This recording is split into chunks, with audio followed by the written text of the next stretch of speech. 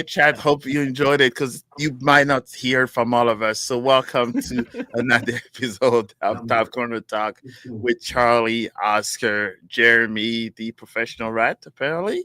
But that's a long discussion we'll probably hold at the end.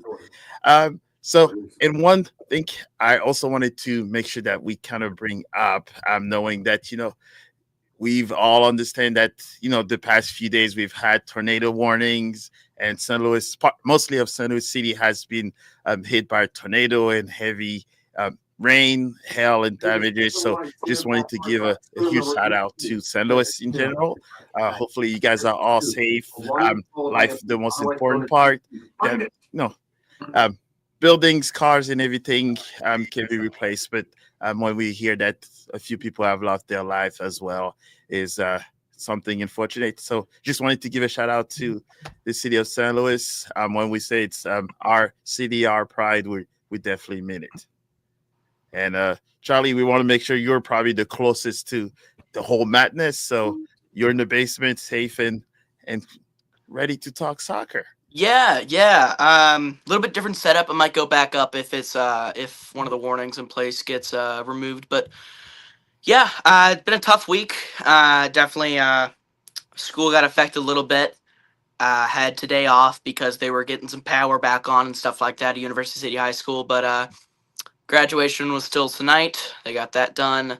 Nothing bad happened there. But of course, my condolences go out to everyone. I posted about it before, but yeah, I mean, it's something that is sadly apparent. It's not something that we can prevent, really.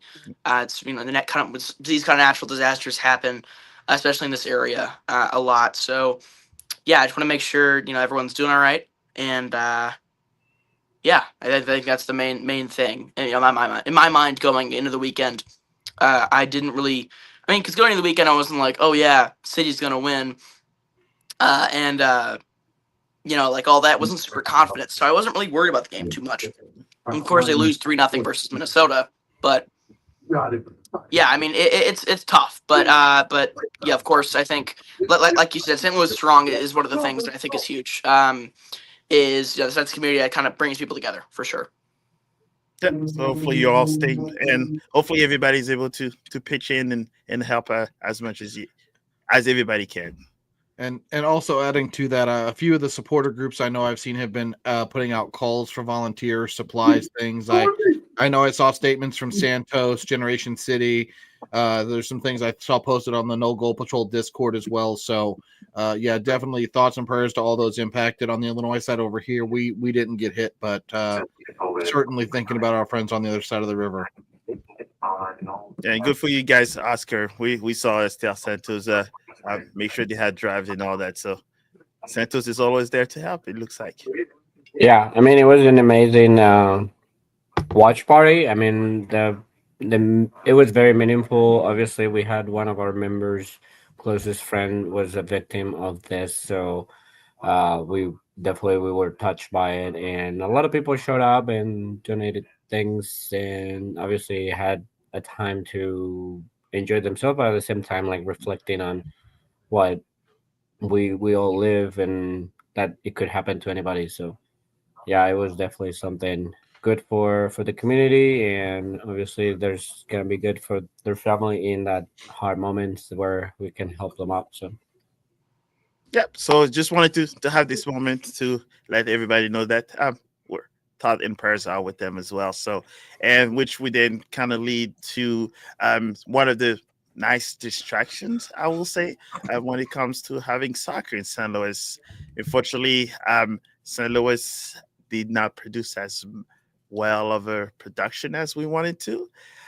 So, which brings us to the lost to Minnesota recap. So, there's been a lot of conversation about the way of play and also the second half. So, Charlie, for you first, what is your take on the overall of the game? It's a systematic failure. No one player to blame, but there may be a couple people to blame. I'm not going to get into that right now, but the way you're playing right now is borderline unacceptable for the way that, before the season touting we will make the playoffs. Carolyn Kindle's saying it's a priority that they make the playoffs and that it's almost a given that they make the playoffs. It's tough to see this kind of loss. I mean, literally felt like you had no fight in that game versus Minnesota. Felt as though you kind of sat back and parked the bus down by 3, which made no sense. A lot of people calling for change, and I'm not.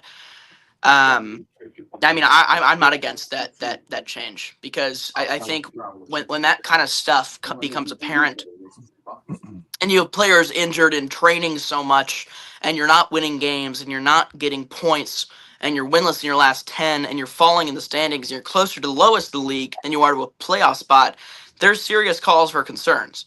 And I think that's extremely valid. A lot of us woke up today thinking there'd be a press release. And of course, there wasn't. Nothing yet. Olaf Melberg is head coach of the St. Louis City SC soccer team. Nothing has changed. Lutz Pfannenstiel is still the sporting director of the team. Diego Gigbiani has not commented on any of these things, but the way this team's playing right now is unacceptable. I think a lot of the fans aren't liking it. You're going to see more empty seats. You're going to hear more boo birds at the end of the game. You're going to hear a lot of the stuff where you see still support, but kind of wavering support from a lot of these fans that may not be die hard. They're not supporter section fans, but they'll show up to a couple games a season. They might start to not show up. So that's the only thing that I think is worrying right now. Also, just the play on the field, it's unacceptable. You have no transition game. You have no offensive production. Your defense has been atrocious. Roman Berkey's let in a couple stinkers recently. It's just rough. Overall, a game to not be, to not remember. I don't want to watch the replay. I don't want to watch the highlights. Of course, I had to watch both. It was not fun watching both, but yeah, it's not a great result at all. How you feeling, Oscar? I mean, to be honest, I pay more attention to the watch party, to hang out with my friends, hang out with my family, because I was with my wife and my 2 kids, and they were having a blast running around. So I did not watch too much in deep the game, and I refused to watch the replay. I just look at the recap and how the goals came in. But I mean, it's more of the same. There's no evolution in the game. There's actually feels like it's a regression in what we were doing. Hint why there's a 3 behind me. I did not that it was something that was already in there, but I wanted to use it as a prop just because we got scored 3, and we our first 5 games we were bragging about that we don't get score, and now like everybody scores on us, like I don't know, like is that toy play or something like that? I don't know, like a child's game. So I don't know. It just is a big regression, and unfortunately, like the news today were not as good as we big part of the fans were waiting for. Because what are we waiting for? But I mean, we'll get into touch a little bit more on that and later on. But the game itself, there was not attack, nothing existed in there. We keep playing players out of position. We could not using the correct formations for them. We are not giving them tools to explode their skills. So that's why it's now. We cheer, we chant and all that, and then at the end of the day, it is at this point whatever until something really big change. Ooh. Jeremy? So before I get to the game, real quick, Oscar, you just mentioned something that I thought was hilarious from today's press conference. You mentioned the fact that we didn't, we went like 4 games without getting scored on, right? If you asked Olaf Melberg what he's surprised about so far this season, that's literally what his answer was. Like, excuse me, sir, you were brought here to fix this defense and you're surprised? Come on, man. Anyway, As far as this game, guys, the first surprise for me was the starting 11. Jake Gerwood-Reich randomly getting thrown in. I felt like folks had been wanting to see JGR get time, but a start, I don't think I had that on my bingo card at home. The bench, a couple guys on it, you know aren't going to be fit for a substantial time, and probably Kessler, Durkin. You don't even know what you're going to get from Rasmus Alm. So there's again to me. I know it's important to get these guys game time in minutes, but my question comes down to selection. You've got City 2 up with you in Minnesota. Would you not rather put more youth on the bench so that can actually play meaningful minutes that if you need them than being reserved to saying, okay, I can only play 15 with Ulm. I might get 20 out of Durkin. Like, I really wonder where the pro and con of that conversation is. The game itself, regression was a great word you used, Oscar, and I'll second it. There just wasn't a lot positive, if anything, to take away. The defensive line continues to suffer. We continue to go back to leaking goals. I've got some ugly stats when we talk about City as a whole in terms of where we are that we'll get into later. But man, I tell you, it was just not a fun thing. I didn't see the game live. I went and watched it after work today, and I wish I hadn't because I don't think I found much of anything positive to take away.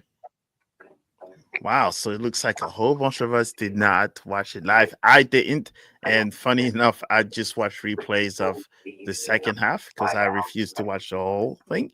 I think that's probably the first game of that part. So it looks like the whole consensus is that was this game worse than the previous SKC game or the one where they're not showing much hard? I'm trying to figure out where to draw the line. It's very similar of the Seattle game. Okay, yeah. And even Seattle game we had a little live with the PK, but with this one we just didn't have any live. And Charlie mentions a little bit that hey, Burke is letting some stinkers going in, but do we really expect Burke coming in after a month of not playing and serious injury? Because it's your hand. It's like something that is priority for goalkeepers. Like it was gonna be obvious that we were not going to be. He was not gonna be like straight the normal Berkey we know. So obviously he's not throwing himself to every single ball, and some of them he's just not even trying. But at the same time, is one thing that a lot of people have noticed. Even my wife noticed, and she's like 2 games in a row. She's telling me like, I don't like what Burke is doing, and it's like we talk about this that we needed a leader, but then our leader, the only thing that he's doing is yelling. He's not pumping. He's yelling, and he's digging at people where making mistakes or when the mistakes are done. So I've seen that Berkey before, and last year I didn't like it at all because there's some players do not work like that, and I'm taking literally the words that my wife had been telling me the past 5 days. Is like there's some players they don't work like that. Like if you dig on them, they're gonna go down instead of going up. And I think like that's something that also is happening in these games. It's like someone gets yelled at. If they're not taking it the right way, they just you getting out of the game. Well, so interestingly enough, that's again kind of watching the replay today, and then even more listening to Marcel Hartl after the game, and then Durkin today. There's no fight in this team, whether it starts with Berkey or not. You don't see these guys going out and emptying the tank and just fighting through the adversity and fighting for the badge, as they say, as cliche as it might be. You just don't see it, and that's where my biggest problem lies. Like, if you lose, you lose, but at least go down with a fight. And as far as the Berkey goals from this weekend, guys, the second goal, I don't have much. I think he's caught between two minds because he sees Oluwashi making that run, and then Wangalane lays the ball back off to the goal scorer Pereira. And I don't know if Berkey was kind of caught trying to cheat following the runner, even though that was just terrible defending and more ball watching. The third goal from Gressel, I don't fault Berkey for either, because they let Gressel run all the way from midfield by himself into the box on the back post with nobody marking him. Hebert didn't even give him a glance. I don't fault Berkey for that. And the first No, I mean goal, there's no first goal was a blames, back heel. but Yeah, there's no blames by that. There's no that like huge reaction that Berkey normally has on those quick plays. the little I sellout mean that's saves. like the little different. Like I mean I don't blame him on any of the goals. Like he was Okay. it was left unprotected in all three in my opinion.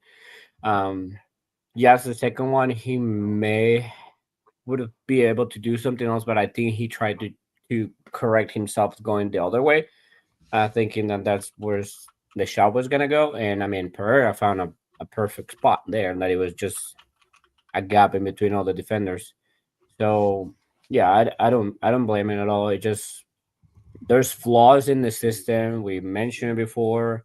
Defensively, once we get one in, we fall apart, and that's not the solid defensive work what we had before, and we don't have a ways to come back. So once we get scored one, we already know that we're gonna lose. That's the sad story of City.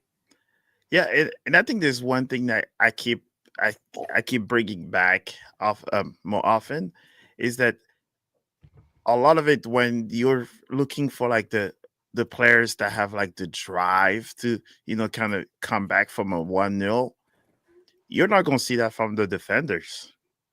They're already down. They got scored on. So the only players that you're looking for is your midfield and your forwards to show how aggressive they are to get back to make it 1-1.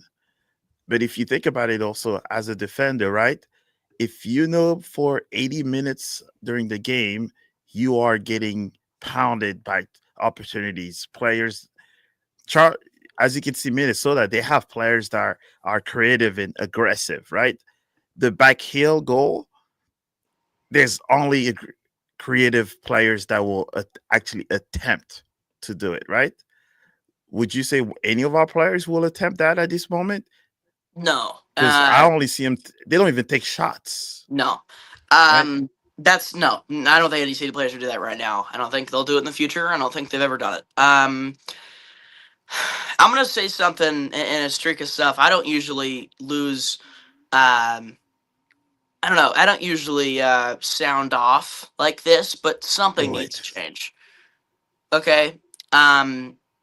As a media member, I've had an insight to what is going on, and I'm gonna put it bluntly. There's been, I would say, irreparable damage done to this team by the current head coach. And when I say that, I'm not saying it won in a play way because you're not winning games. Oscar, I think you got some noise in the background. But you got that. You're not only not winning games, right? But you're installing a normalcy in being late to press conferences. You're installing a lack of transparency, and you're just not doing what you said you were going to do. I think it's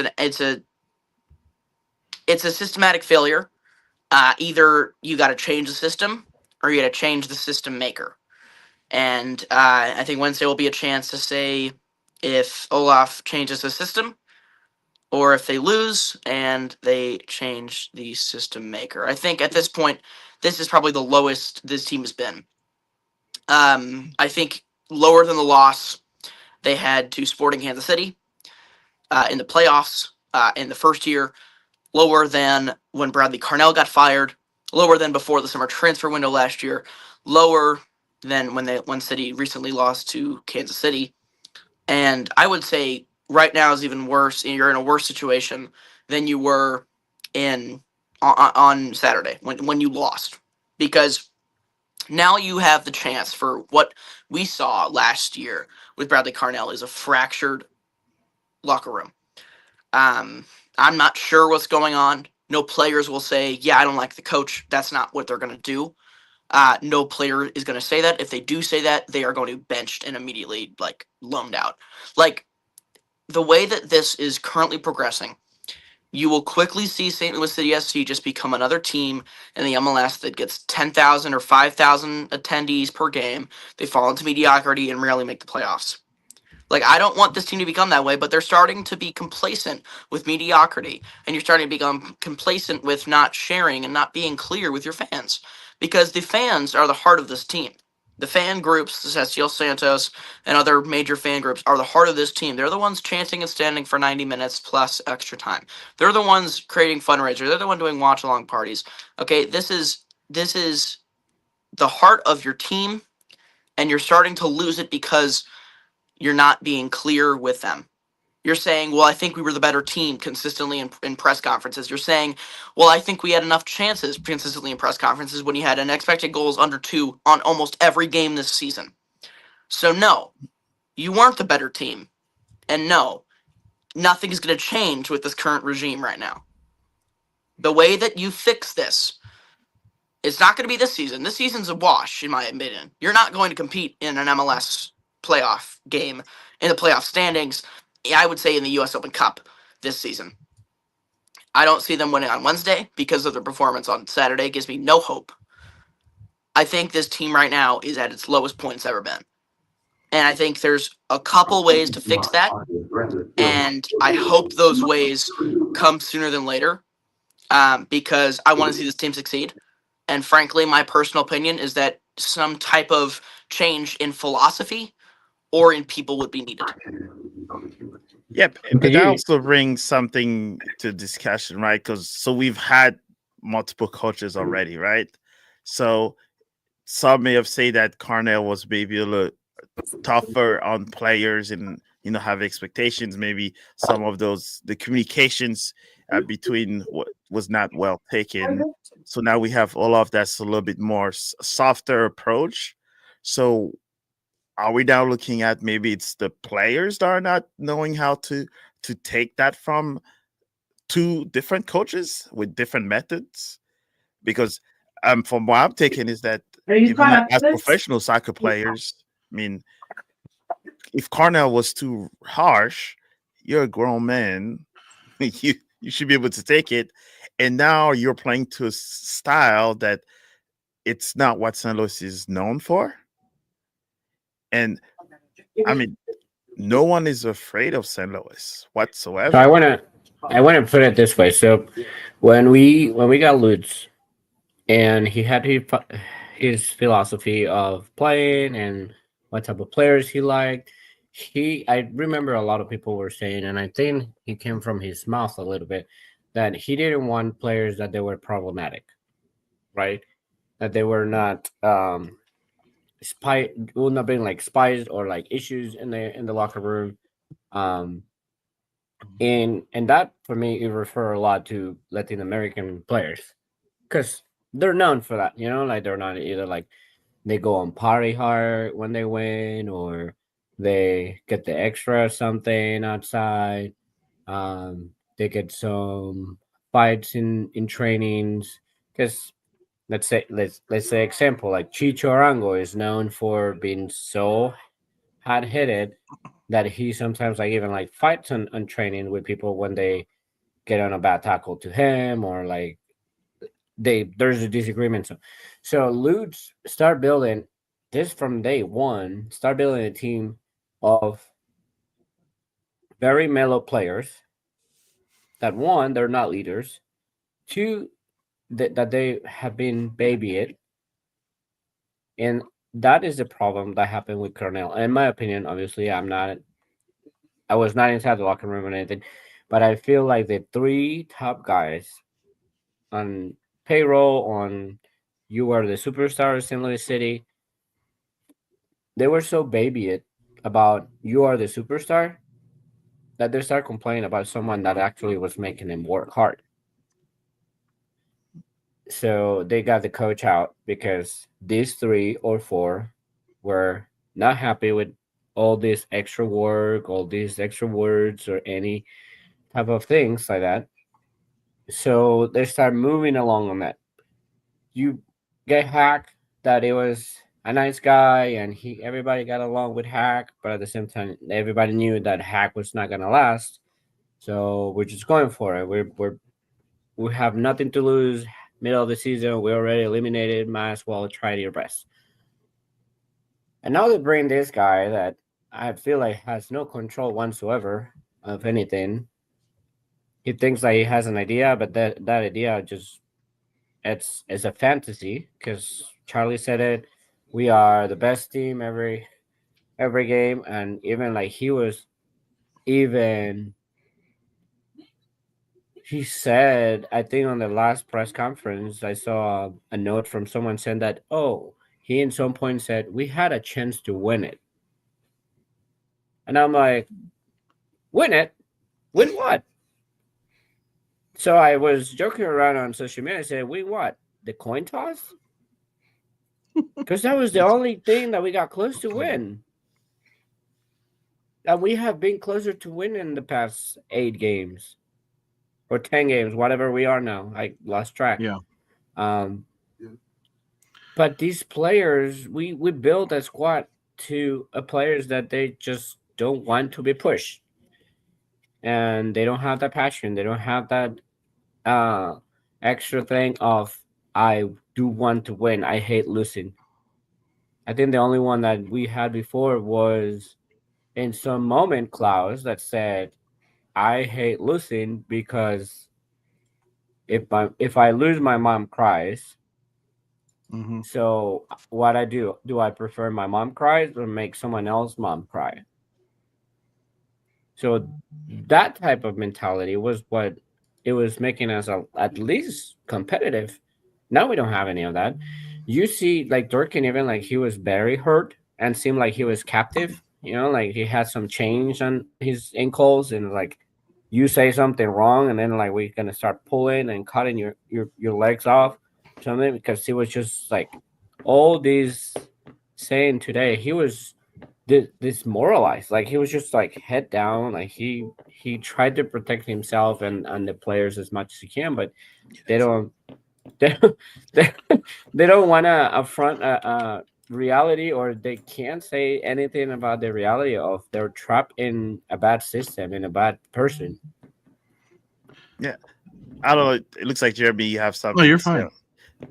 No, I think, and I keep bringing from the previous years that we've had a lot of those conversations that some people are saying, X player had too much attitude, X player had ego, this player had this and that. Or when Stroud was having problems, playing, people was criticizing him. When Israel Jackson was, having his bad moments, people were criticizing him. Mhm. But there's one thing that if you look at each of those players that we're talking about, when they were on the field, you see them hustle. How many players of ours do you see has received a yellow card for a rough play? Tomas Ostruck. He took a strategic yellow in the game versus But that was Ooh. strategic yellow. it was, yeah. Yeah. That was strategic Yeah, yellow. they're I'm talking about like fallback. I'm When I- talking when like we- hungry, angry. I'm gonna take that ball and you're like with you. You don't see that. No. You don't see, other than Klaus maybe running all the way to our goalie and running back in offense. We don't have those blue collar players that we had in the first year that allow Klaus, that allowed Leuven to be the magician that they were because they knew that they had horsepower behind them to help him and do the dirty work.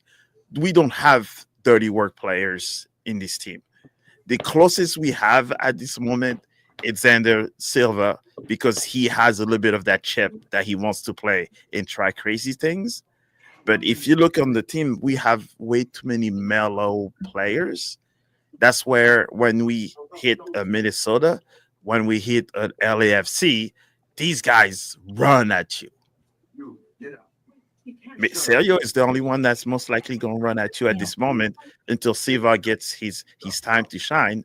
Or Wallem was also one, but you see how it's maybe in the 3 or 4 players that will take on players. And And this the is what you're rest is saying, like, and then we play against some guys, like in Seattle, we encounter Ngungu, yeah, right? he, And then he was starting shit off. Yeah. Then we play San Diego and Godoy, the CM, yep, tried to just before his start face. all stuff, and he almost like pushed Ostrak and someone else. Like he just got pissed off with someone and went and pushed someone, and we don't have anybody. So everybody's like hitting us, but nobody nobody of our team is doing anything. Yeah, I mean, I'm gonna pull up something out real quick. I want to say some stats. Jeremy, I doubt you have these because these are just easy attainable stats. That no, I'm saying like I know what you're That's saying. fire. Whoa. It's okay. I'm It's all right. saying- I'll take the shade. Bring it on, buddy. I'm saying Jeremy gets the deep stats. These are surface level. I'm These a are- right. Bring it. these I are live in the basic. darkness. Bring right, on the ready? shade. Keep in mind, there are how many teams in the MLS? 30. 30? Okay, keep that in mind. City SC is 28th in FOP mob rating in the MLS. They're 28th in goals per match. They are 29th in average possession. They are 24th in expected goals. They're 18th in shots on target per match. 26th in big chances. 28th in accurate passes per match. 25th in big chances missed. 22nd in penalties awarded. 28th in touches in the opponent's box. They are 23rd in interceptions per match, 29th in successful tackles per match, 28th in possessions won in the final third, and they are not noteworthy, and they're not top in any stats except for expected goals conceded. Like because their defense is kind of good, it saves them from that, but that's it. That's the only thing that's solid about this team right now. But yet everything you hear online is how bad the defense is. So, But yet they're the one that have so far the best stats. so That's kind of weird. That maybe, but hang on. so I want to go back for a second. You guys we've talked about the players a little bit. I've got a question for all three of you. Uh-oh. What is City's style of play? Remember, Lute said after 10 games, you're going to know what we're doing. Olaf's system will be evident, and we will know what City 0.20 or 2.0, whatever that style is supposed to be. For the life of me, other than sit in a low block and try to counter with long balls, I don't know what else our style is. And to that point, remember, we were supposed to be a high-pressing team still. City is dead last in the league in passes per defensive action, PPDA. So that means we don't press where the damn either. So somebody help me understand what our style of play is, because I still don't know what it is. I don't know what it is. I'll tell you. Uh-oh. Lose. I got one after. Give away goals, lose, and do not have a clue what to do with the ball. And sit back That's at the the style of second play. half, which makes 0 sense. I mean, give up after a while. Just give up. Okay, I got one. Uh-oh. I want to share my screen. Ready? Uh-oh. Buckle your seatbelt. Oh, no. Boy. This is the City SC style of play. We'll go to this one. Oh, that's disrespectful now. Come on. Oh, no. So we'll look at this clip. No, right here. This you one's better fun. not show that one. Oh, You better not. No. The stream is over. I'm canceling the stream.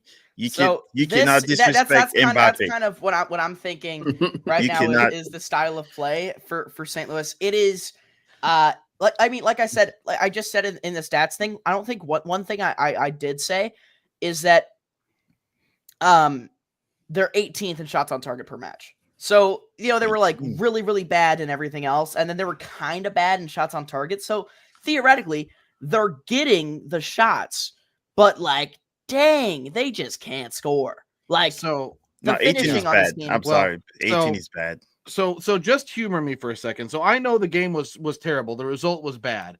But let's talk for a second. So it is scoreless in like 15, 20 minute. I don't know, remember exactly the minute of the match. There's a free kick. The ball bounces to Conrad Vollum about 8 yards out, and he's just absolutely stoned by the goalie. That ball goes in. Is it a different game? Or You're still getting up goals, in my opinion. Well, right, but here's the thing: that you miss. Now you're mentally where we are, mentally fragile. That starts to eat at you as the game goes on. The game goes on. There's another play in the 58th minute. It's 1-0 Minnesota. We are hitting on the counterattack. Pompeu forces a turnover at midfield, gets it to Toykert. Toykert carries probably 30 yards, lays a pass off to Celio, who takes a little heavy of a touch and can't get the shot off. It ends up getting blocked away for a corner. Those two moments, just watching the body language from both Pompeu and Toykert at that moment, they're both just laying there almost completely deflated, heads down on the pitch. I'm sure they're winded from running, but just the body language tells you the story about this team's mentality. They cannot take when something goes wrong. It's not so much like it's both. They don't want to not lose bad enough. There's a quote from Shorzy. It's that they don't hate to lose, but it's also more so that they just are so fragile right now because everything seems to go wrong, that once one thing goes wrong, then another thing goes wrong, then it snowballs, and they're not mentally strong enough to get out of that funk. I've got something, Charlie. But if you just I've got something. But if you just mentioned that part, right? You just mentioned two players running majority of the field to create a chance. Wouldn't you want to, when you see Celio Tuco actually running, you're expecting maybe 5 other players to be near it just in case it happens. So when you know you're playing that much of a long ball and you're running as much just for you to take the occasion or the shot pretty much, you get deflated because you're like, I've literally done everything but you to have a tap in and you were not there. Yeah. Real quick, I want to show something. I think I just got another game break here. Another live look into if you Friday, show Mbappe, I will cancel Friday City SC training. Oh boy. Jesus Christ. So that's what they're doing at Fridays. Apparently that's what they're doing because some of the injuries right now, I'm just gonna list them off real quick. So with the ones you have right now, you have Totland still coming back. You have Zelensky, who apparently his ankle started to swell up after the game. Joachim Nielsen still hasn't played consistent minutes. Jonas Horn still is not back from the knee injury. Alfredo Morales still injured from the groin injury. And then Kessler, again, was a no-show in practice, hoping it's a rest day, but it might not be. He might have re-aggravated something in a Saturday game after coming back for the first time. So this team cannot stay healthy. Like, what are they doing? Yeah. We've said this like every episode for the past 5 weeks. And he didn't play on Saturday. What are they doing at practice? He didn't play on Saturday. So he got hurt getting off the plane or something. I don't know what they're doing. But go ahead, Oscar. Oh no, so, I mean, if we're gonna talk about like all those injuries, like obviously out of all those that you're mentioning, the biggest issue is that some of them they get re-aggravated on Friday or the day before game, whatever day will be, but they all get re-aggravated on those. It's like, what are we doing? Are we really pushing on a Friday practice to do what? Because we have pressure to win? Because we're not playing well and we still have to work on things, but that's not the way to do it. Like, you're killing your players by trying to succeed something.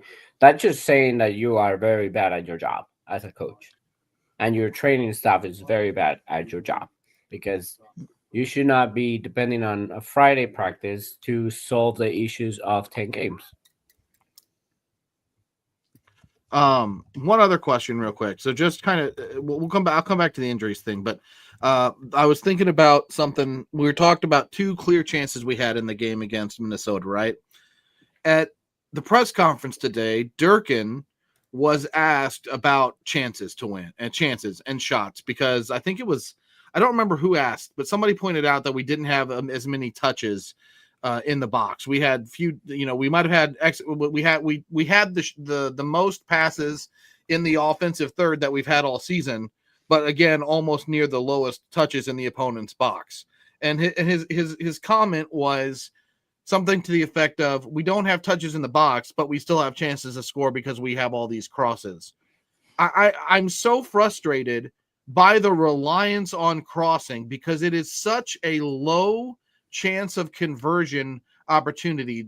Then you have to start to convert those for me to actually view those as a viable way to generate offense, because 2 games ago we were 1 of 17 from crosses, with Josh Yarrow being the only guy that could complete one. I will fully admit I didn't bother looking up the stats from the shit show that was in Minnesota over the weekend. I should have, but I didn't. And so I'm over this crossing thing. Am I alone? Anybody? No. Is this thing on? So in so that's kind of like giving you the answer of what our style supposed to be, because the way that he built the team with a 3-5 whatever is to have those 5 and have those wingers going up and down, making sure that you keep the field wide and you utilize it for crossing. But first of all, if you're gonna do that, you can't have Watts being the ones who process. You can have, I mean, Horn is a lot better at it, but you would think it wouldn't be a mostly center back wouldn't be that person. And in the receiving end, you do not have a Lukaku. You do not have an Zlatan. You do not have a, I don't know, Mo, help me out with a great Drogba. Like a good, strong number 9 on the air. Benteke, for example, in DC. Like, you do not have one guy that can win any ball in the air. Hey, we had one, but he got shipped because he had bad attitude. I don't know. Can we go get Marouane Fellaini out of retirement? I mean, he played striker for United in an FA Cup final. We don't do not say anyone that's near retirement. that's close to Europe. Do not say retirement. What we need is somebody that's hungry to prove. We had those guys. Thierry Henry, MLS return. He's gonna come. He's coming to St. Louis City. Thierry Henry gonna sign with St. Louis City. Mark my words. He's coming. No. Kai Kamara was just signed like 3 weeks ago as a free agent. Why the hell didn't we give him a look? I know he's like 40, but what the hell? He's 40, but he's still in better shape than most of the guys he looks we like know. 20. And you saw the tweet. I did put it on the tweet and all that. I said he's still available. He was training. I follow him in, he lived in Kansas City and all that. So he was practicing. He was in better shape. He played for his national team. He was there.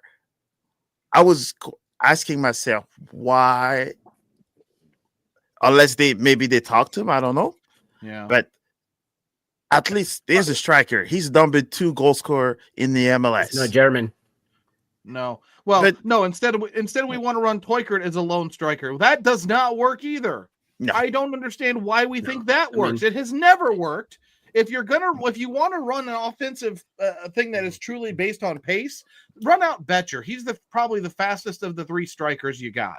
If that's what you're gonna, if you're not gonna play Klaus and you want to play quick on the counter, go with Betcher. But the problem is that Betcher does not come back like Klaus does, and Klaus is more. It's funny because I think I'm starting to see Klaus is almost a little bit more as a midfielder than the midfielders that we have, because he's actually going up and down. Yeah, I mean, he actually cares in defending and gets pissed off of those kind of plays. But there's your problem that we were just talking about. Of Mo, you mentioned you don't want your striker or your midfielder, your wingers having to run 40-50 yards just to try to get a shot, right? But if Klaus has to run back to play defense, that's the problem. This idea of like, I get it. It's romantic, right? This idea, let's defend as a team. Let's score as a team. Yay, team. Everybody team. Screw that. I'm done with it. Play your fucking position. Excuse my language, but I'm over this crap, man. Play. You have an assigned role. Do that. Trust the defenders to defend, the midfielders to support them. Transition the play up the field to your strikers and put the ball in the damn net consistently. We want wins. We're sick of this crap. All right, I'm done. Sorry. Are you sure? Yeah, I feel better. You're hitting a lot of things. So, one thing that I was gonna say with all the crosses and things is like I don't think we have realized that we have issues in the air as a team. No, obviously fans have realized that we do have those issues because we see it. But how many times we're getting scored on set pieces? How many times we getting scored on like a long throw in or crosses and how many times do we not score on crosses? Do we not score on set pieces? We don't win a header to save our lives. And somehow we still play to crosses and we still play to a long ball for a center forward to bring it down to start building up the play. It's all set pieces that they're supposed to practice. I mean, set pieces is what you practice at practice, so you know who stands where and how. But I don't know how many goals we've conceded with set pieces. Well, conceded many. Yeah, so it's like there's that problem there that a lot of those set pieces is something that you should practice and know exactly where you are. That back heel goal was one of the perfect example where everybody's looking at everybody else thinking someone is going to put a foot there or a body there. And then once it's scored, you see 3 or 4 players looking at each other. You go like, well, and that's why I put on Twitter, if you watch Diego Silva, I put it on there. They show a little clip of him. The man was, if the ball was on the white line until the ball passes it, he was there. Right? So that's the willing to go get the ball is something that's lacking. I don't know if they're afraid of getting injured because then after that, there's not much behind to, because we don't have a bench, right? If you watch who we're currently having playing, and we do have our fourth and fifth string players having to start games, but also you have to ask your question is who else is there? That's why these guys are playing, because they're healthier. Maybe we should check what Josh and the other guys that are staying healthy, maybe we should watch what they're doing after practice and during practice and say, hey, now everybody follow these guys, because you provide us those stats that Josh has played more games he has recently than he has in the past 2 years at City. Yeah, he's over the minute. He's probably 100 minutes over this year what he played all of last year for the entire season. And we have our center back DP that has not played as much, but he's still collecting huge checks. Nilsson wasn't even on the bench this game. The only center back that's on the bench was Kessler. Your bench for this game was Alm, Betcher, Silly, Durkin, Kessler, Klaus, Lunt, Reed, and Silva. So of those people, Alm is on a minutes restriction. Durkin's probably on a minutes restriction. Kessler's probably on a minutes restriction.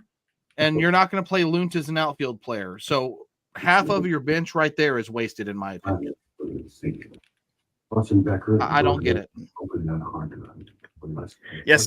So I have a question, because we were all happy when we saw the news that Silly was in the squad, right? Yep. Mm-hmm. And I mean, he had good minutes in preseason. He did a decent job when he was up there in preseason. He hasn't been called up at all. but on City 2, he's doing a good job. Like, he's a good player, so he's consistent. You call him, why do you don't play him? Why he didn't even see the field? I would have started him. I would have started him before JGR. Yeah, he has Okay, played more guys, minutes. He should So be. we kind of talked about how like we feel like Olaf's just throwing out lineups and just like Okay. because you started JGR today and then you had the bench being in disarray. I'm gonna give a little preemptive lineup prediction. Uh-oh. So we got Timu Baumgartel at the striker, Jake Gerwood Reich as left wing. We got Njabu Blam back from loan, playing midfielder. You got Joachim Nielsen, Ben Lunt. This is your attacking midfield. You got Roman Berkey, Simon Betcher, Samuel Adinaran, Chris Durkin, Thomas Totland, and Shao Klaus in net. I think that could be a good one. And of course, you'll go with the 5-4-1 because it worked against a USL2 team. So is there like a glitch that happened after the tornado that maybe somebody either hacked? No, I These mean, kids I mean, just- so with the way that Well- I've been going out there, when you're just like throwing stuff at the wall, I mean, why not put Berkey out there? Why Well, not put Lunt out I there? think was Charlie looking got for- hacked. I think was he looking got for hacked. Oliveras to put Alright, up there, but I couldn't alright. find him in the lineup. Charlie, did a log hit your head at some point? So JGR, in my opinion, you've got to. I get the idea. It's a valid question. JGR versus Silly, and the only logical explanation I can think of is you paid an $800,000 transfer fee for JGR. So at some point, you either play him or you cut your losses, and at least he's got to get minutes. You're not gonna. No disrespect to Cam Silly, he's doing good at City 2, but you didn't pay $800,000 transfer fee for him. So at some point, you've got to play the guy. But this is That's but a- this it's is a crappy player argument, management. but- This is player management. Yeah. Like, I'm sorry, Jeremy, but this is player management. This is Yeah. you have been limiting JGR to not play, or I think against Kansas City he came in for 15 minutes Yeah. or so. You have been limited for a reason. You call this kid. There's no disrespect. There's no salary. There's no that doesn't matter. You brought this kid, play him, and keep managing JGR the way that you were. Be consistent. Be consistent. Yeah, and If Silly JGR is has not ready- played. He had the full J- preseason and the full season, so he's and ready. he has not been hurt. He has been playing. He plays every city game, and he plays 90 minutes. So he's more fit than JGR. So you can play him, and he will give you better results than JGR. JGR is still going in your minutes up to 90 and whatever. And he runs. He's not good. I mean, the second goal against Minnesota, there is a bad pass from Wallen, but it's also JGR basically waiting for the ball to come to him instead of him going to the ball. He loses the ball, then they take on, and he jogs back. Jogs. A freaking 6 jogging back when you fucking lose the ball? You gotta be kidding me. Mhm. And then that guy that receives the ball and scores the goal, that was the guy that you should be on top of him as a JGR. And he realizes the moment that he scores the goal, he's like, oh, yeah, that was me. Oh, Yeah. And Aaron, Also- yes, City should beat Minnesota too because City 2 did. I'll say this real quick. Yes. I was just looking at the Olaf number quick at Peter page because I just wanted to know more about I don't know how would he develop a style. He managed a club for 2 months. He was a manager for a club for 2 months once. Fremad Amager, a Danish club. So he went Swedish, Danish for 2 months, then Swedish, and now for City. Like, what happened? What was that? What was that about? He played 6 games. He played 8 games. He won 3 of them. He did pretty good over there in Danish country. But like, what was that about? Why was he coach for them for 2 months from July 1st to September of in the same year? Like, what? So What's that about? you're talking. That's So great. so you're talking about Olaf, right? Yeah. So he there could have been things he was doing to finish his coaching licenses. That's why he took time off and left after his successful stint at Brahma. He was finishing his coaching licenses to be eligible to coach in other leagues. Money Fair. well spent, right? What? Money well spent for him getting the licenses. So as far as JGR, real quickly, he is only 20 years old. He's a U22, and there was someone in the chat who asked. So he is signed through 2027. He has an option for 2028. So he's a long-term piece that this team has locked up for years. So Or an investment to be sold for more. right. Well, that's probably the goal, right? But in order to be able to flip him for more, you've got to get the guy some minutes, or at least see what he's capable of. Yeah, and so I think that part that we're saying, bringing in players, but what we were told is that Olaf is someone that looks up to bring younger players up to the first team, right? Yes, Makai had his opportunities, but we do also have some homegrown players that should be getting minutes to show what they have available. No, they won't start, but at least if we know that we have certain players that cannot play a full 90 minutes, how about you put some of those kids that have engines for 90 minutes, but you give them 20? Pretty sure and one of then those play those homegrowns got a guys in goal. their right positions. Didn't one of those homegrown score the winning goal for City 2, by the way? Just throwing that out there. Yeah, and the fun part is I was told by his dad, right? You know how Miggy played the first season? He was playing as a CDM, right? That is not his natural position. He's just a midfielder. He's a scoring midfielder. But for the need of City in the first season, they put him as a CDM because guess what? He's doing something some of the players are not doing today. He was more aggressive and he was fighting for balls. That's why they moved him from a CM to a CDM. Yeah. I'll just say now this real he's quick. scoring goals. Yeah. I'm going to sneak this in real quick. With the managerial stint that he had in Sweden or in the Danish country, in the Danish league, just real quick while he was getting his license, you know who he met there and then took with him? Selmy or Pedro? I'm kidding. Oh, that's a good one. No, as Rudin Valentic, assistant head coach. Oh, yeah. So Valley. he played 8 games. He coached 8 games at a club and said, I really like this assistant coach. I'm going to take him everywhere I go from now on. That's nothing new. That's nothing new. But Probably I don't know. That's nothing new. Soccer coaches do that all the time these days. If you watch a lot of the players, I don't know about MLS, but the rest of the world, you will see coaches have their staff pretty much. Yeah, they have their staff to move around. But he found that staff in 8 games. You would think that'd be more of a trial and error thing. Hey, there's some that get picked. Pacino has 2 of his coaches were a month coaches that he picked up. Yes.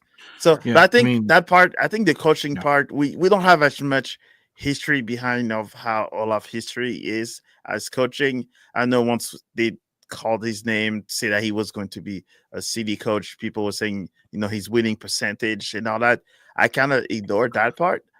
But the one part I'm still missing is that supposed to bring some of the young kids that we have in our system to gain opportunities. This is probably the best time that you can bring someone from the city that knows what the city is for. They know what the city stands for. So the moment they touch the grass, they know that they're not only playing for themselves, but they're also playing for their city. There's a whole bunch of players in the world. Pride is the biggest thing for them to play for. If you don't have that pride, most of the time, if you lose, you will have you drop your shoulder and we'll see what next game happens. That fire is missing at this moment. That's why I keep saying we had some of those players. They were getting yellows. There was arguments, yes, but that happens because it's grown men playing a sport and they're all competitive. Right now, we have a lot of very nice guys. And that's coming from somebody that's typically a very subdued person. But when I cross the white line and I play soccer, I will talk smack and I will be aggressive. So I mean, I okay. almost get in a fight every time I play, even if I'm playing a freaking Yes, pickup. and then right, and then after that, So when the yeah, like game's over, I'm that passionate. So yeah, yes, it definitely like something that it hurts when you see players that they're not even trying to create some, like you're losing for pity's sake. Like you're losing 3-0 and there's nothing, there's no shit starting. There's yeah. not a push. There's not like, hey, stop toying around with me. Like seriously. And Go get then that one goal, right? You need, yes, you're losing 3-0, but you want to go get that one goal to say, hey, we made that one. But now, like, like So and a lot of people say like, oh, well, it's just the players, like the coach cannot control the players. I think like all of message has gone so deep into them, like in such a bad way that they don't even feel it. Like they just like they're so clustered on like that mentality of all of has preached to them. Like be organized, don't make mistakes, pass back or pass the way that you're facing. I mean, yes, that's one-on-one soccer for the 12-year-olds and 13-year-olds where you try to make them realize that if you cannot turn, you pass the ball back. But also when you are a professional and you have talented professionals, because let's say we're not an awful non-skilled squad. Like we do have skills. We showed them last year when we were scoring goals for fun, even when we were getting score on us, we were creating chances. We were having fun. Like remember having Deutscher and Hartel and Betcher combining and creating 1-2s and things like that, like in small reduced spaces. We don't see 1-1-2 in City this year. We don't see one. We don't see that playing one touch in a small sided space to get out of pressure. Is everything 2 touches, 3 touches? We freak out with the ball. We don't want to give it away.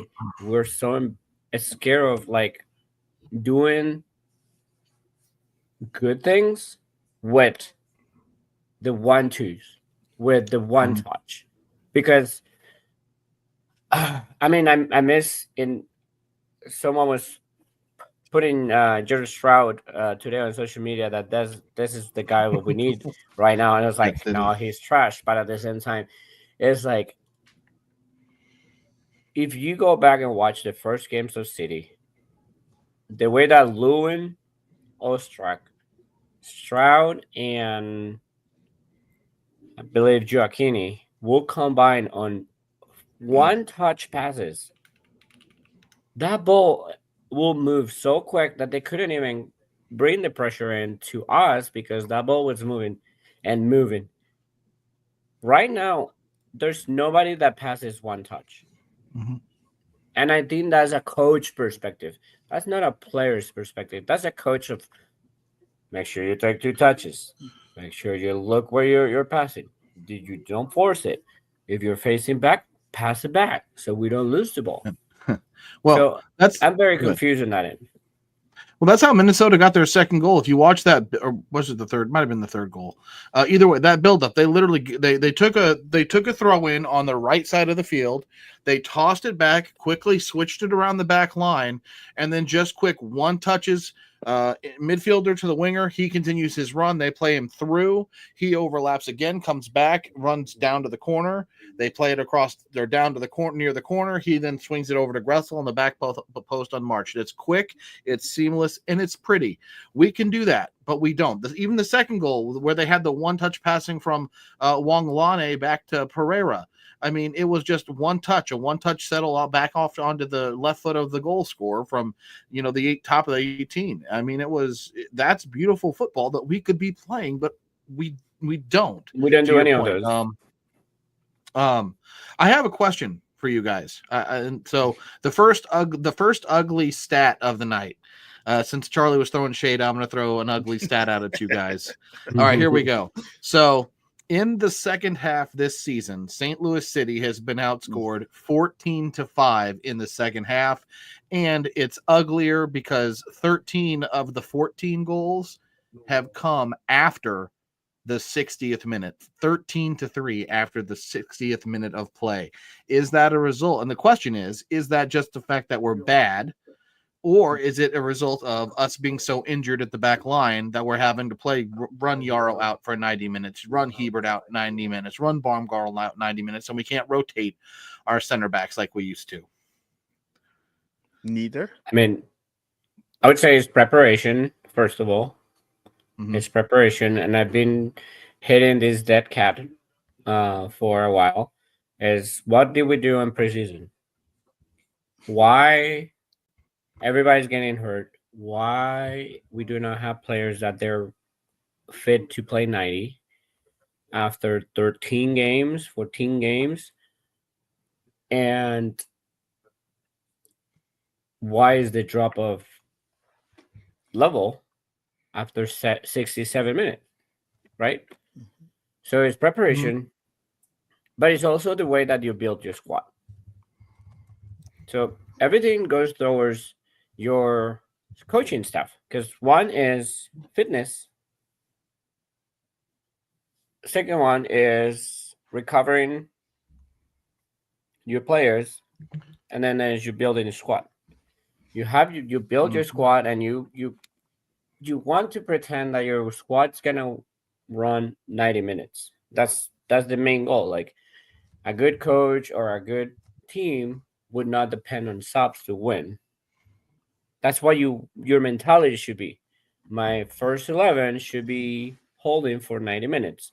Yep. But when things changes in a game and you need something different, then what you're gonna bring from the bench?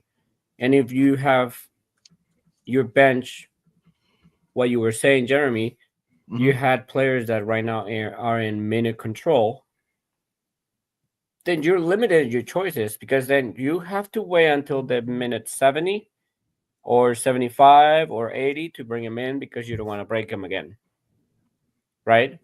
And either so, like, they break anyways. So, but so you can't maintain that level, the 70 minutes, especially when you're defending all the time.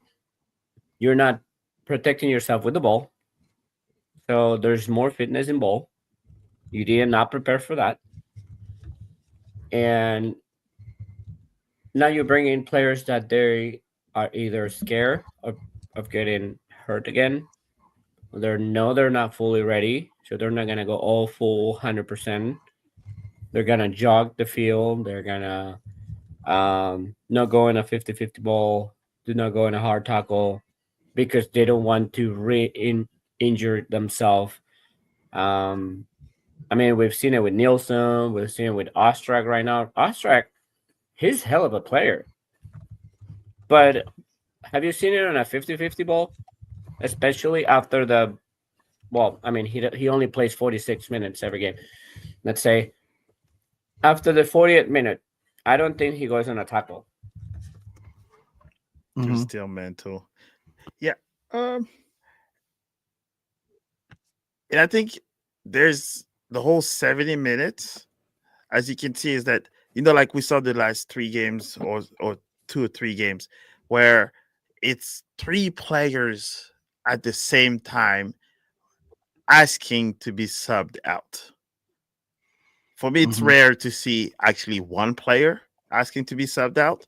So when you have 3 players being subbed out at the same time, there's all your planning is out the window, right? Because you typically want to go one at a time, right?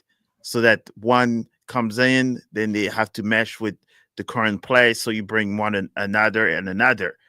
Here, when 3 players says we want out, there's your plan out the window. And you saw that's where those goals starting to come, because they're still trying to get into the groove of the game when they're playing against players that have been playing for 70 minutes. I think that's that one part. The other one is that you have your 4 defenders. They are playing every 90 minutes, Mm-hmm. but also they're constantly being attacked, right? During the 90 minutes, they're either asked to play defense, not to be scored on, but they also are asked to play on the offensive side because you see, you know, Josh having a lot of touches. You see Horn get a lot of touches. Our defenders are almost getting the most touches as our midfielders. So one, they have to play in offense with the team, but then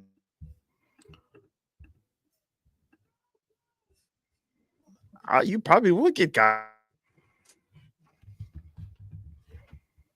I think we're back. So yep. yes, I think it's like a combination of things that happened during the 70th minute that shows the disconnect between who is currently playing and who just came in, and then this whole disarray just becomes an advantage for our opponent. You don't get 3 players subbed in usually at the same time, and usually if you do that, is tactic. It's not because they're tired. Yeah, I mean, now you see it because you have the 3 windows and you have to use the 3 windows in a smart way. But yes, I mean, I think every time we sub in 3 is because we are struggling and we have to react at something. And that's like the problem that our coaches, like always, we criticize Carnell because we said he stops very late. He is always reacting to what's happening in the game instead of being proactive. And I don't think we change. I think Olaf is even worse because he has a bad construction of the bench, and then he goes and waits until we get score on to make a change. Even if he already recognized the issue, he waits because it happened against Kansas City. I saw Kansas City before the second goal, before the free kick. He was already ready to bring 2 guys or 3 guys. Why did we wait? Why did we wait on that set piece? Because he knew he was bringing Kessler and he was bringing JGR. Technically, is 2 defenders to refresh and to be strong in the back. So why did we wait on that? And it's always the same thing. Now against Minnesota, I don't even know where the subs came in, but I think it was very reactive where we were already 2-0 or 3-0. So always like not being proactive or trying to change something. And we're not adding to play, we're adding to not concede more or to not make more mistakes. There's no freedom on playing. There's no creativity. There's no inspiration. There's no spark from anybody. So I mean, at this point, yes, bring a lot of the kids and play and let them play, because if you watch a City 2 game, they're running, they're creating spaces, they're making diagonals. There's one that checks, once that covers the space behind it. Like, just proper soccer moves going out there. And someone was mentioning here that if you have the picture of the all 7 players standing in the city game against Minnesota, like, there's nobody doing anything. And I'm gonna say yes, they're tired because you're losing 2-0 and 3-0, and the only thing that you have done the entire game is defending. Yes, your legs are gonna be tired. So at the moment that you transition to attack and trying to get 1 goal, you don't have that much stamina anymore. So if nothing's clear, mostly your brain's gonna say, I'm just gonna stay here and see if I can get a ball and start passing. While the kids, and I think there were 2-2 on the 80th minute, and they were like moving. They were going. Like, and that's how they got the goal. There was a lot of commitment in the attack. There was like 7 players going in the attack, and all of them are moving and creating a space. Yep. No, off-ball movement has been a problem with City for the entire season. We don't make runs, and I kind of want to ask this, guys, is it going back to this whole conversation we've been kind of having throughout the show of this defending as a team mentality wearing us down to the point where we can't make those runs consistently in the offensive third when we get there? Is that part of this problem? I don't know if that technically works. Yeah. I per se don't know or can't recall a team that says everybody does that, because the strikers that I've been fun to watch, they're not going in defense. No. Some They're of the your outlets midfield, to trans. Yeah. and the reason why they do not want to do all that is because they want to be closer to the final third and hit the speed, then not having to run. That's why we criticize a lot of the top players in the world. Says, oh, they don't like to defend. Like, yeah, no ish. They do not like to defend, because we all know that if you're tired, usually your shot is not going to go where you want it to be because your legs are dead. That's why the ball goes all the way to the bleachers, because you have no longer control. It worked for players when everybody was on the same page to, play, team as a defense and everybody's in the offense at the same time. But at this moment, we do not have the players that will do that. If we had 3 or 4 more Klaus, maybe I would have said, yes, that's feasible, because he defends and he plays in offense, but Klaus cannot do that all by himself. And then once we switch with him and Betcher does not come back in defense. So that means we're actually losing an extra player defending. That's where we get outnumbered, and bam, they score. Because first we have 5, 6, 7 players defending, but then you take Klaus out, so Betcher has to stay up. So now it's 4 or 5 people defending. Right. And then you take another player that does not want. Then we know Celio is most likely not going to be defending, right? Xander Silva is not necessarily going to come back in defense. So as you can see, now you start to take more and more player out of defensive work. And then before you know it, you have 4 tired center back, and then Boanga show up, and bam. That's the way I see it, at least. So, why did we get score the third goal against Minnesota? Why? And I don't know why Gressel was by himself, and nobody marked him. Nobody marked him. No, it's not. Zonde's. I mean, if you want my honest opinion, I'm putting the blame on Silva. Silva's jogging back. He's not. He's a sub. Why is he not? He didn't mark. Am I wrong? Okay, so you are correct. But what happened is, like Silva said, I don't give a fuck. I'm not tracking that runner. It's 3. It's 2-0 That's what already he in the said. 80th minute. Yeah, you're fair. I'm not a defender. I'm not a left back. He said, that's not my job. I want to go score goals. I'm not going. Yep. But the issue with this is that you have a system that depends on these people to go back. Yeah. And we have had Wallem doing it and Horn doing it and a lot of them doing it. But we finally got one person who said, no, I'm not running back. At this point, I'm not going back. And maybe he can handle it. My defender can handle it.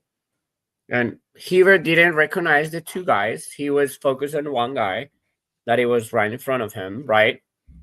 That he was coming straight to him. But he never looked back. And nobody did warn him at all. But at the same time, it's like, you could have a little bit swiveled your neck and said, like, oh, there's another guy.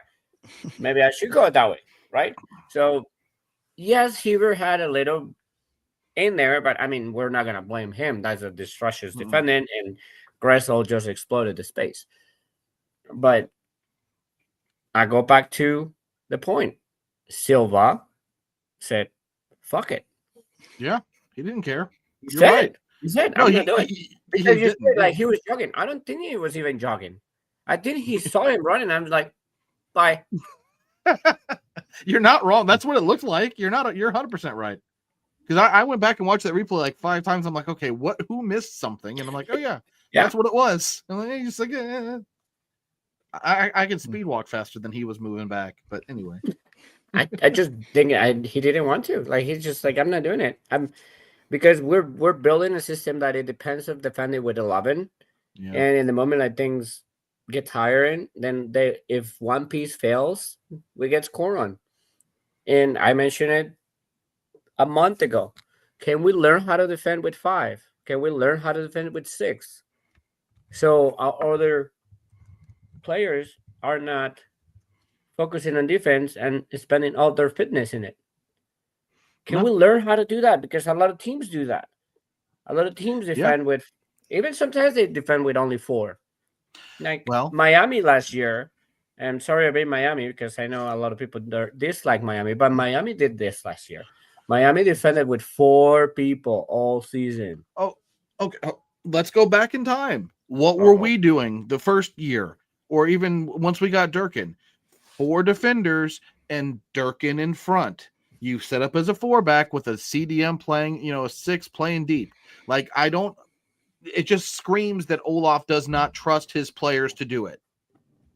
In my mind, and it is at the sacrifice and detriment of our entire team that this is happening. He doesn't trust the quality in his players, which, by the way, he talked about up until this past week. If anybody noticed the shift, now it's all of a sudden I don't trust. Now he's off the quality problem, and he's not talking. I don't know if that came from the top down or what, but it to me 100% right. It's he doesn't trust his team. So we got to defend his 11, and because of that, we can't do anything else right. Yeah, but the thing is, you don't want all your offensive players, minded players to then, hey, no, now we're going to defend so we can help our guys in the back. And at the end of the day, the sport of soccer, you're supposed to score more goals than the other team, right? So okay, our team leaked just 2 goals, right? Score 3.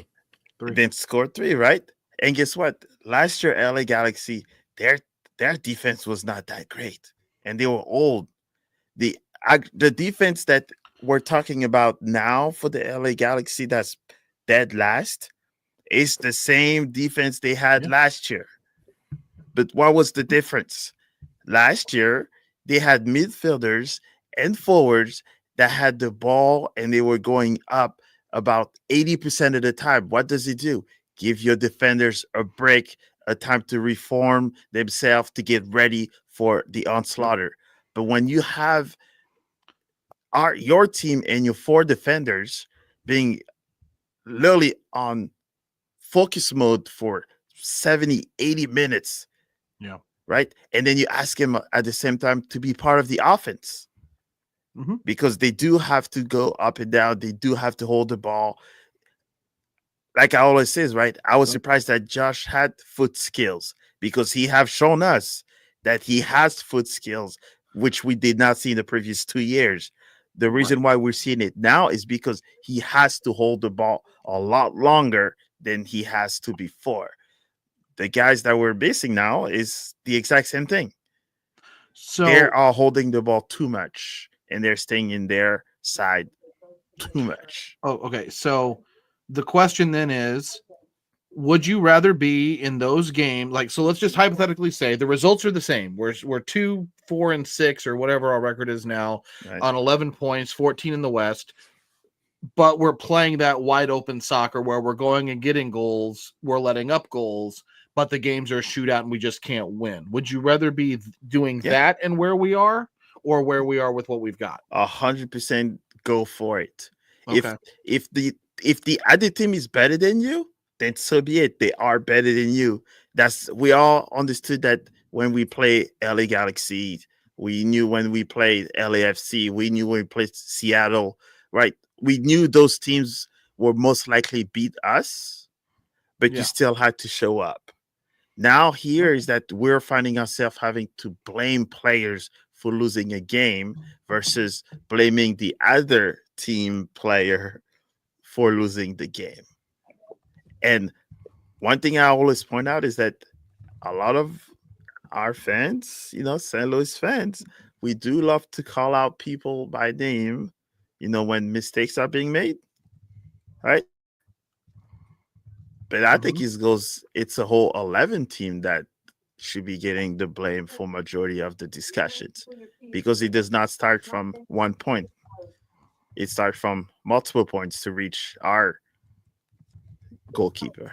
I mean, I just hate when obviously there's individual mistakes, there's performance mistakes that it happen in soccer.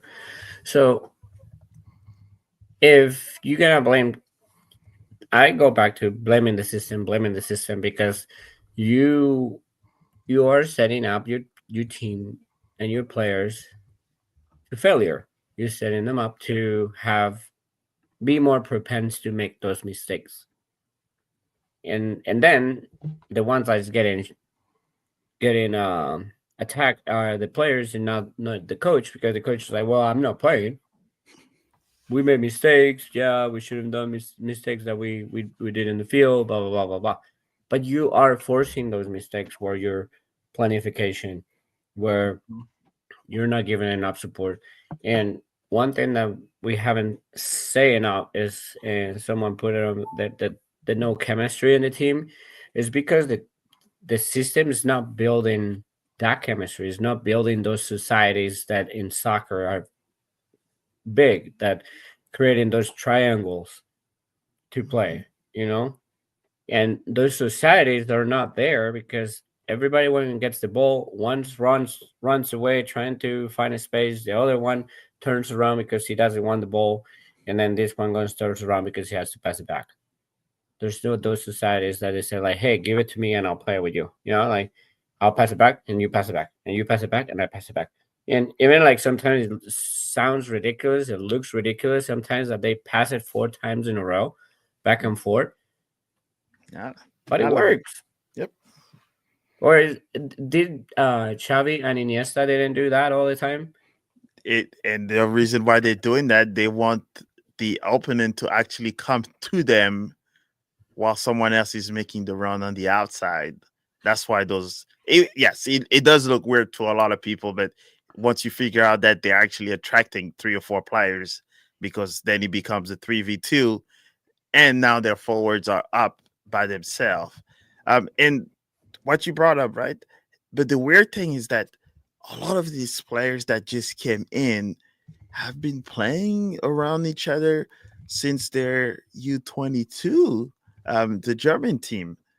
Like, shouldn't you know your other players' tendencies to be able to play? Because a lot of the game is knowing the tendencies of your teammates.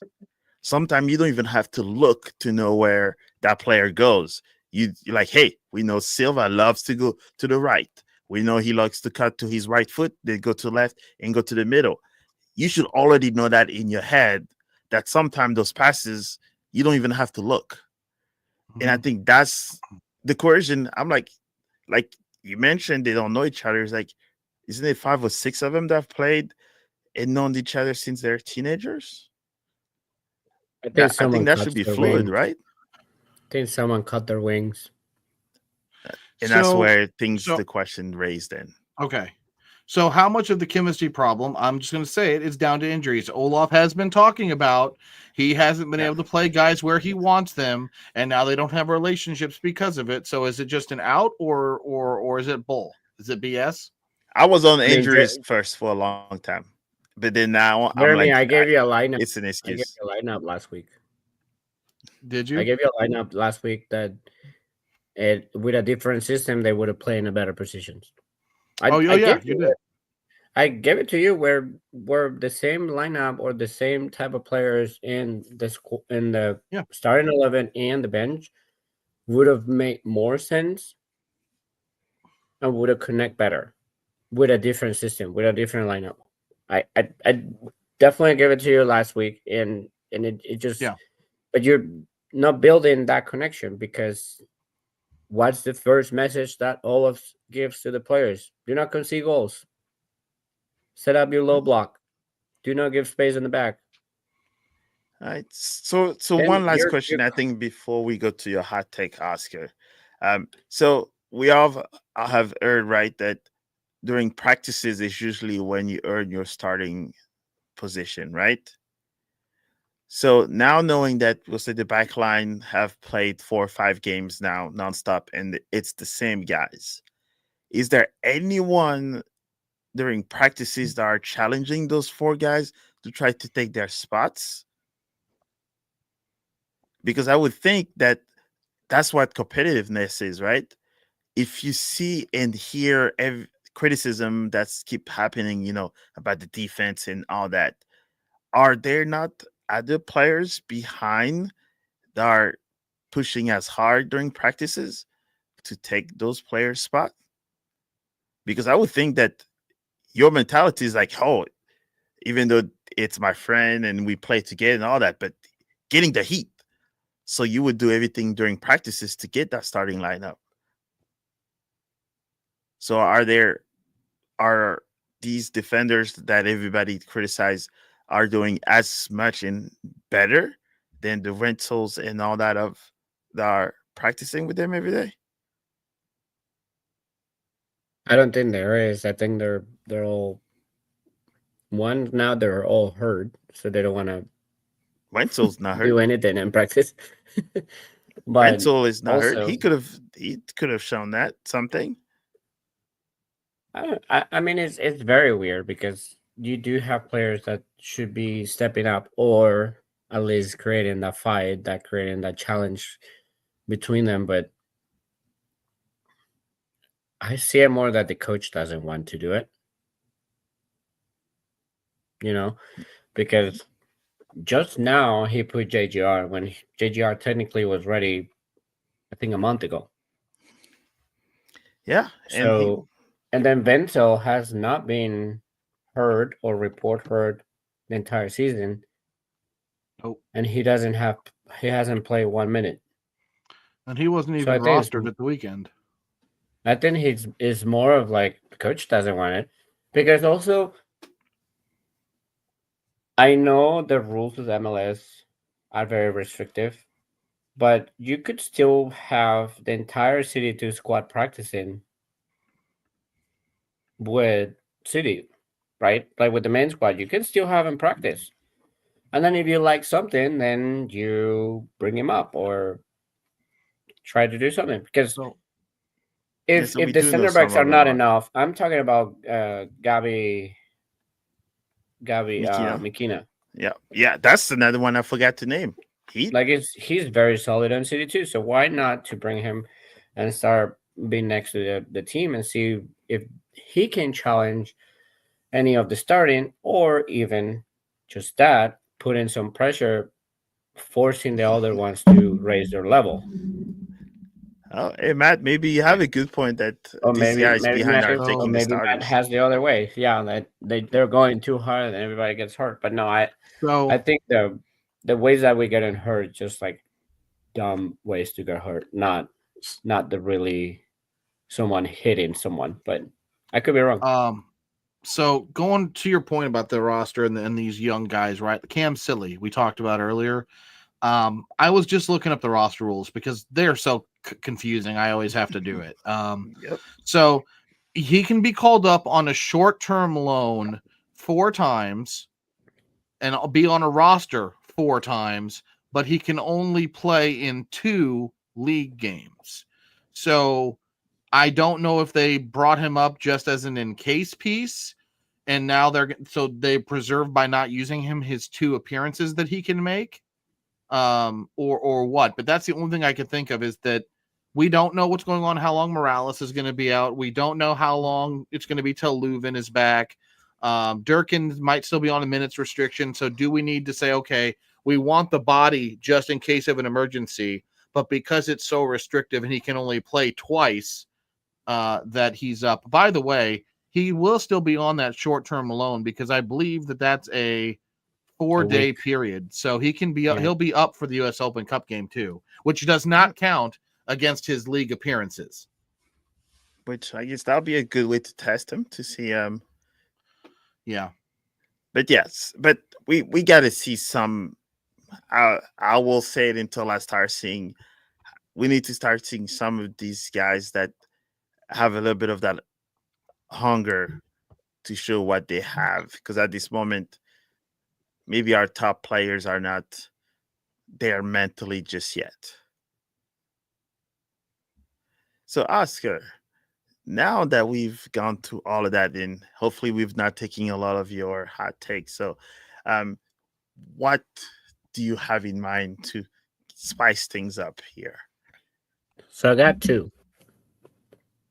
One is obviously about the team and what happened today.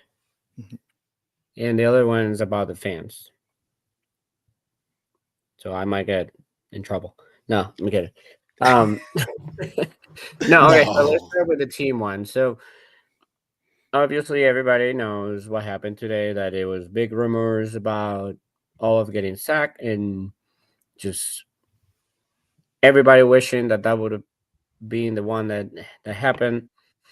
But the lack of transparency, first of all, the makeup press release, because I mean everything that was said today in that press release was a waste of time.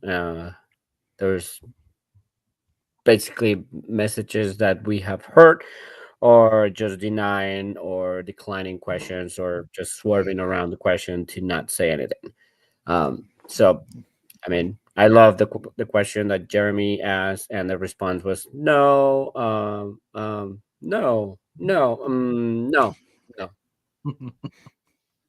And then there was one after that it was very similar, and their answer was no, no, no. So there's not accountability on on these situations, and it's like, your seat is hot. Your seat is It's basically, you're porno. sitting on fire right now, knowing that the next step that you're gonna do is gonna really be what you're in or out. But also, you are coming out here and lying and saying, no, everything's okay. And no, like, put yourself on perspective. Say, like, no, like, we have a responsibility. I have a responsibility for this team and the fans. And we need to change. We need to win. We need to, like, say, like, straight things. Even if you're lying, but say straight things that you're gonna say, no, we need to work. We're gonna change. We're gonna try different. We something, but not like, no. Well, yeah, we know we're working on it. We know we're failing on this, but I think we've been doing some good things. I don't know which ones you see in there, but so that for me is dumb, and also that goes not only for Olaf, but Lutz, and if you want to include Diego, show your faces. Even if you're saying you are staying behind your coach, come and say it. Come and say, hey, no, we believe in our coaching staff and we're gonna support them. Even if the next week or after the next game they come and say, like, hey, we're firing him. Yeah, But part of the job. Face. I've seen it in many teams. They come and say, like, no, we're behind the coach. We're with him. We believe that he can turn things around, and we're definitely very involved in this situation. We are with the team. We're trying to make things work for the best for all of us. But after all those rumors It was a full day and a half of rumors of he might get, he might get, and none of your main guys come into a press conference. That was BS for me.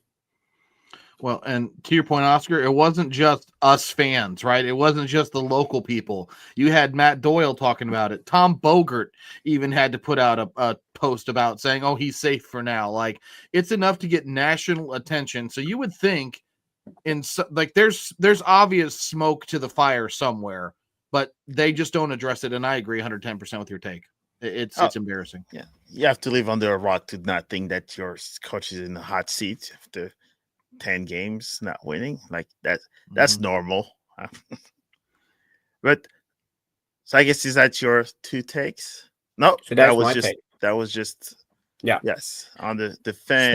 So my second one, and involves the fans, is that everybody, and I mean, obviously social media, you have a lot of like keyboard warriors and things like that, that just like they only show up their true colors there, but then when they're in the stadium, or they're around, like they're like the quiet ones, like they're going to sit and watch like they're in a movie theater or something. But there were some messages that some of them they put here in the chat up there, that one is when the supporters do something, everybody goes on the support. Oh, you guys think you're special, or you think that you guys are should deserve special treatment, and you guys are so important, and you guys, because you guys are making a statement, like who gave you that privilege, blah blah blah blah. So like they go and dig on these supporters that we're actually trying to put a message and say, hey, enough is enough. And definitely happened last week where the booing happened, that a lot of people are like, oh, you should never boo the team, you should never do this, like this, you're supposed to be the supporter section. And it's like, we have a voice, and we are, and sorry if you guys don't like it, the people are some of them, they're listening and you don't like it, but we are the ones that put the most effort into the city environment for game days, like it or not. We're the one who's sacrificing hours and hours, days and days of putting this environment, so you can sit on 141 or the suite whatever, or the two whatever, and say like, oh, look how nice this sounds. Oh, it's so fun to come to the games because all this stuff. We do this, and we are allowed to tell the team, you're not good enough. We're allowed to say we're not happy. And yes, there's some ways to do it. There's some ways that should not do it, and there's some involve laws and rules of the game and the MLS and all that. So obviously, staying between the laws, it's fine. But you're allowed to boo. Boo in spite of the game. Boo is part of soccer. Boo is part of sports. And then the counterpart of that now is the team's doing very bad, and I've seen various people saying, why the supporters are not saying anything? Why the supporters are not putting a statement out? Why the supporters? And we say or not say? Because if we say, we get drilled with, you guys think you're so important, but if we don't say anything, now they're all, hey, where are you guys? We need something that needs to make them wake up, right? So that's the part of it. And in between our supporters, and I mentioned it in the chat a little bit, my main idea after all these disasters would be sending a very loud message, and it would be, show up to the game 10 minutes later.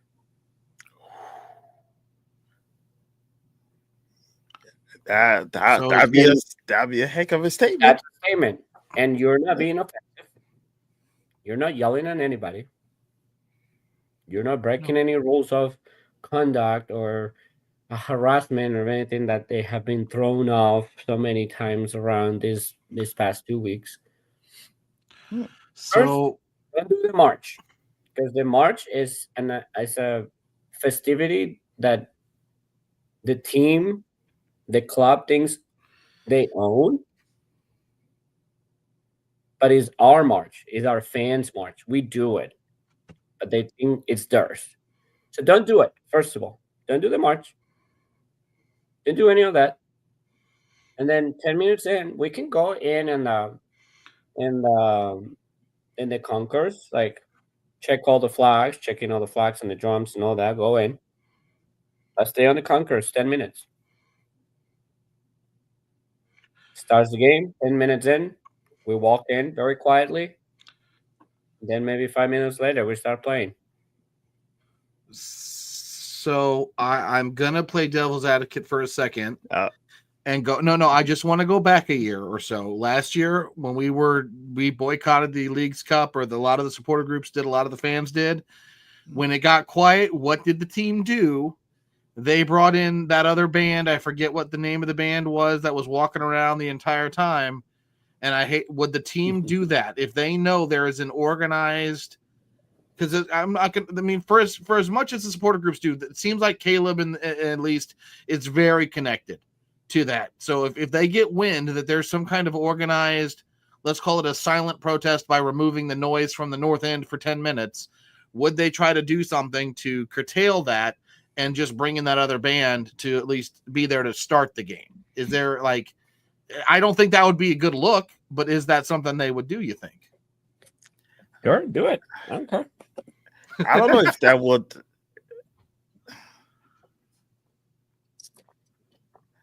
I think with the whole U.S. Open Cup, the boycotting of that, I think that was almost like a different time, right? Them having, I guess, that band, like you say, going to the South End. I don't know if that would cause more trouble than it to be. Mm-hmm. And from what I understand, it's probably from the I saw lightning behind you, Oscar. Yeah, my power flick too. So I'm wondering, is that something that all the supporter groups will be doing? That's my question, because there's so many different ways of thinking from supporter section groups, right? I don't think that, and hopefully I'm wrong, but I don't think all of the groups will be joining that. Oh no. No. I mean, this is me. My idea. Like, not even talking like I'm part of any type of supporter group. This is me thinking. What me you as would a fan, but I would do this. Yeah. But the Discord that you have to heard, send a message, and the issue with all this, like we do not have a group. We do have different supporter groups. Yes. We do not have a group, so it's hard to have all those 7 bring up a message together. It's hard to put everybody in the same page, because some of them, and everybody has obviously the right to think the way they want, but it's more of, are we looking to have the same outcome as groups? And if you see some of them, they don't care really about the results in the field. They care about all the things, like they care about that it's not wrong. Let me clarify this. All those things are great, but some of them, they just care about their fundraisers, or like the thing that they're going for outside soccer. And then that's great. But at the same time, it's like we have to be some sort of a group where we can actually push a message to the team. Everywhere in the world happens. The ultras, barras bravas, whatever you want to call it. But when they're a group and things are not going well, they're the ones who deliver that message and say, hey, we're doing all this. And all these people deserve better. But how you do it, you have to do it in unity, not just one piece um, at the time. Yeah, I know from the ones that I'm part of overseas is usually, you have those selected leaders, we'll call them, from each of those supporter groups that will meet and have a shared statement. But clearly we saw with the US the uh, Leagues Cup, you know, when one group decided to, show the team a little supports, and then it started a whole nother discussion afterward. That's where, Mhm. I have that question mark that with so many ways of thinking from every supporter group, um, I'll be interested to see if there was anything that will portray, like, we know our friends at SKC, they have the culture in which they're pretty much, that's the group that command, like, their speak for everybody Mhm. on here. We know we have 7+, so I guess I don't see that Yeah. part just yet. Um, but I think for that part, it's starting to see like the team is getting a sense of, the displeasure with from the fans, because you could hear, was it Horn that was saying, apologizing and all of these things.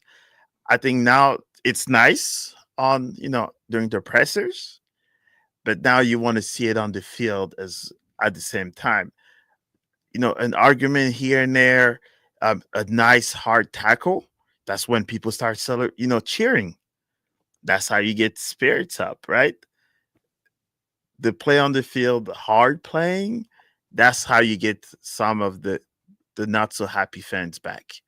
You may lose the game, but if they see those hard tackle, those hard runs, those crosses, when they score a goal, there's that celebration towards the fans, or the one that they keep showing, Brecher, right? When he almost had the opportunity and he raised his hands and, like, say, let's freaking go, but the more explicit one.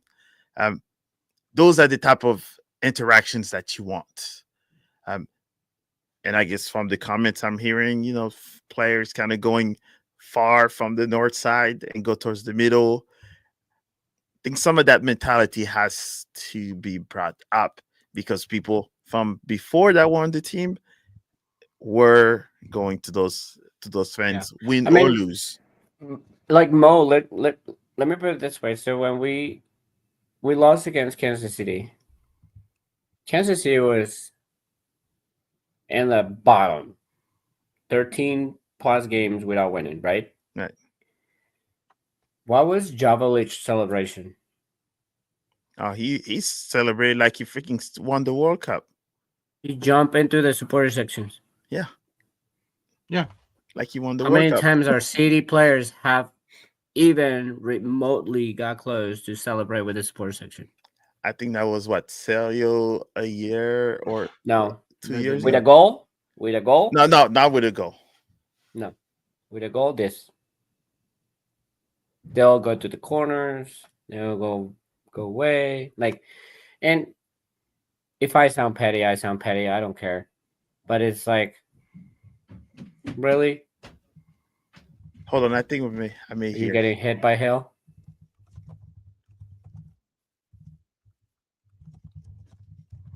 Think getting sirens.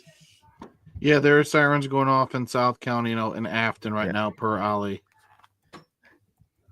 Yeah, because when you hear about it, was it, so it's 5 kids, so 10 feet going upstairs. Yeah. The sirens on.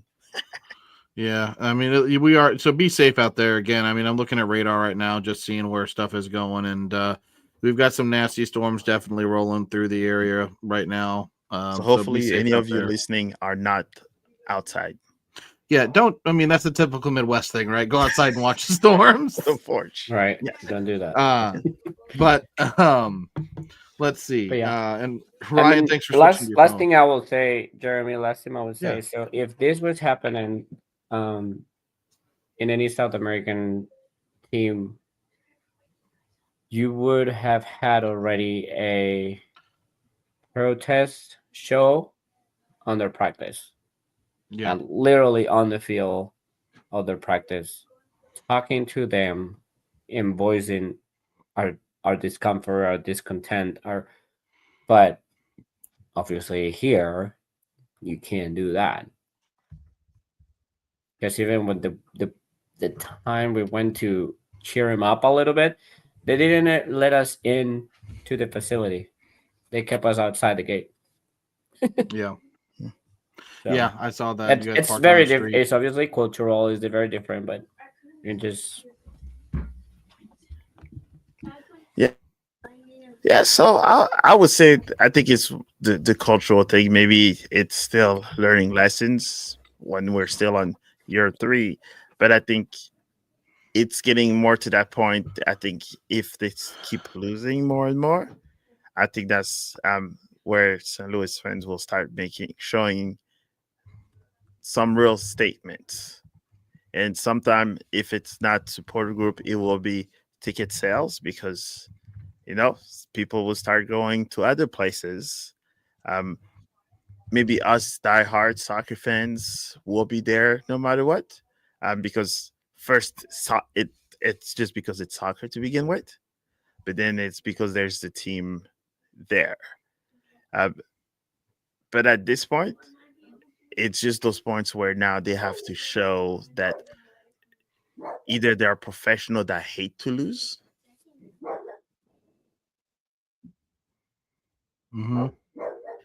either it's professional that they are professional that they hate to lose.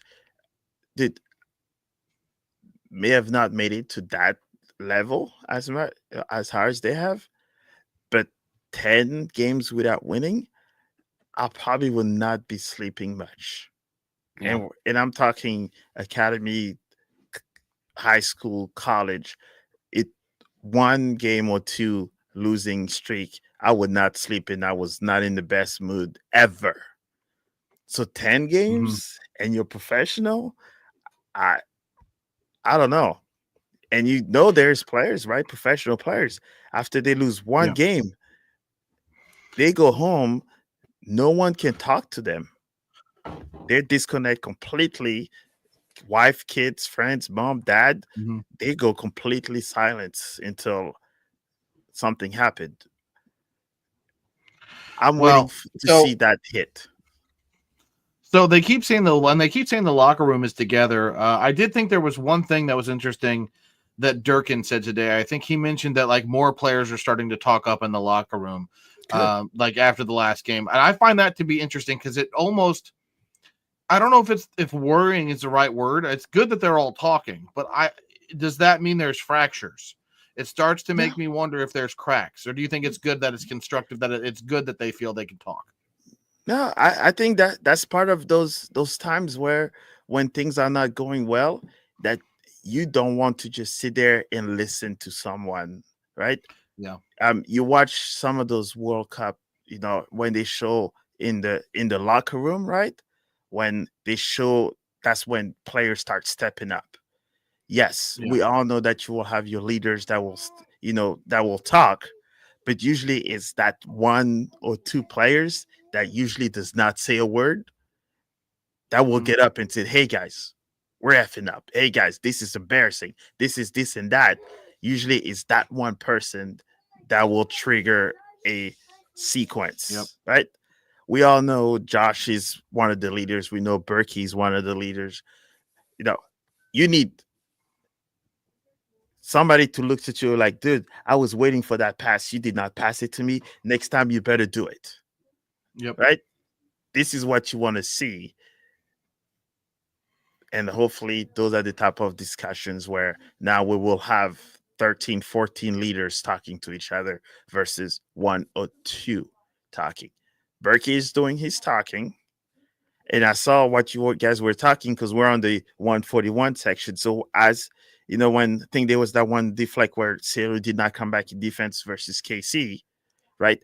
As they were walking back to the tunnel, you could see him. They were talking as they were walking to the tunnel, and they literally stopped right before they went to the locker room, and they were pointing at each other where on the field they wanted, right? There was no screaming. There was no mad. It's just that him as the goalkeeper, he expected his teammate to be there, but Celio had a different idea. So Celio told him what. That's pretty much what I understood from that conversation. He said, "This is what I thought I was going to do, but this is what I wanted you to do." And then you can use it, right? So those are the type of conversation you want versus when the ref says halftime, everybody's walking with their head down going into the locker room. I hate that part. I rather see all 11 players talk to each other as they're walking in the locker room saying, "Hey, this is what I wanted." Versus just Yeah. going to the I locker mean, room. it sounds silly, but when there's rough times on teams, normally they find unity on this type of conversations, like the people, like they start saying, like there's more people talking in the locker room. But now, like, even not for the show but for them, I used to see teams that gather like halftime, instead of going in one by one, they gather in the middle and they have their chat like really fast before going in the locker room, because everybody knows that what players say together is more meaningful. They're the one that they're running, there's the one that they're seeing the problems inside, and not the coach that is gonna give you a pet talk that whatever it is, you can believe on what he says or not believe it. But that unity, or coming together in the middle of the field, or even just like outside of the field and then walking in together, that's a little bit of like show of cohesive, like being cohesive, being committed to work together as a team, believe in each other.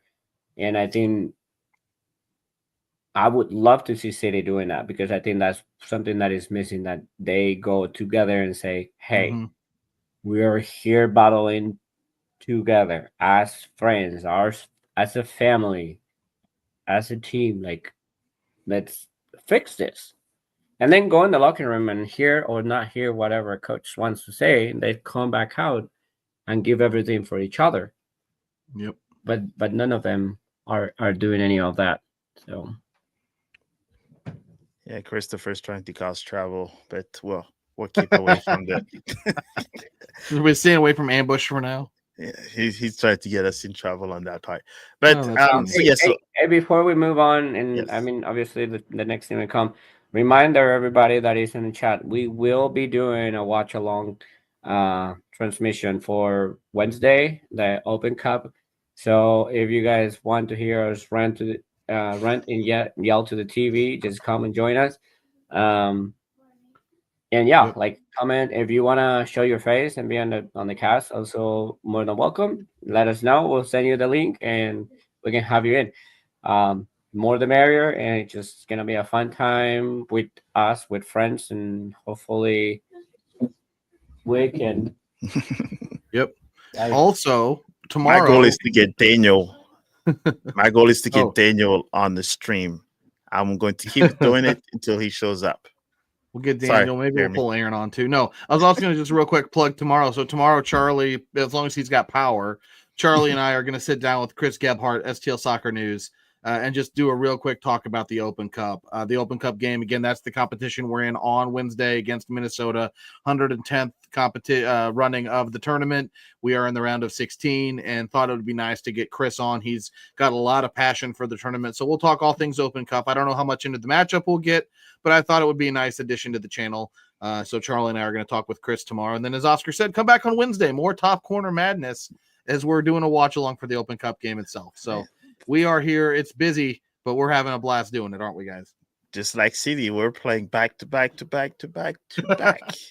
And no injuries, knock on wood. Oh, now we're going to pull something. But yes, but with that said, definitely appreciate you all joining us. Another one for us rambling about soccer in City. Even when you I think Oscar looks like more like Thorn because he's having lightning all over the place. I mean, we're lighting up your night, you know. Wow, yeah. Look at. Hey, Energizer, we're bringing the power, baby. Or God. Taking it away. I don't know what, depending on you're losing the power in your house. Oh boy.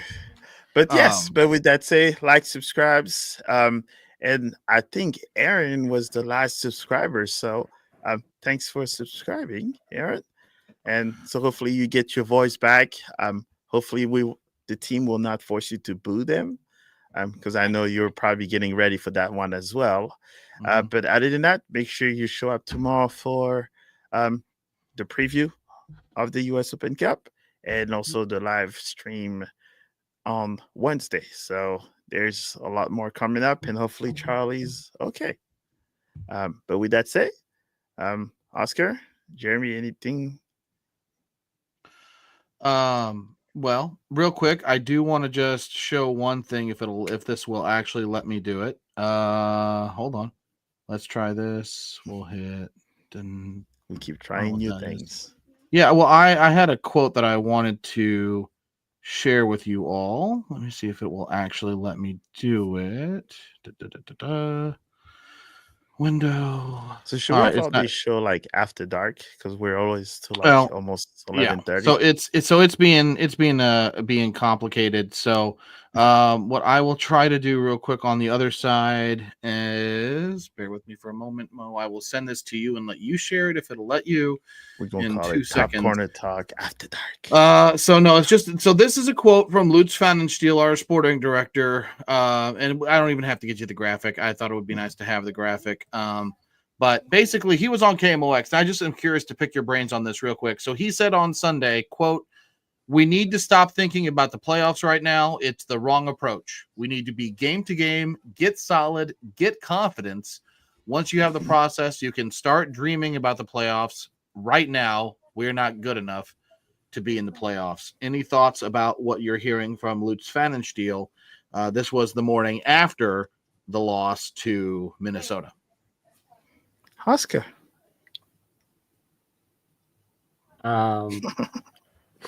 Why were we thinking of the playoff? Well, they said at the beginning of the season, and that's been the goal, right?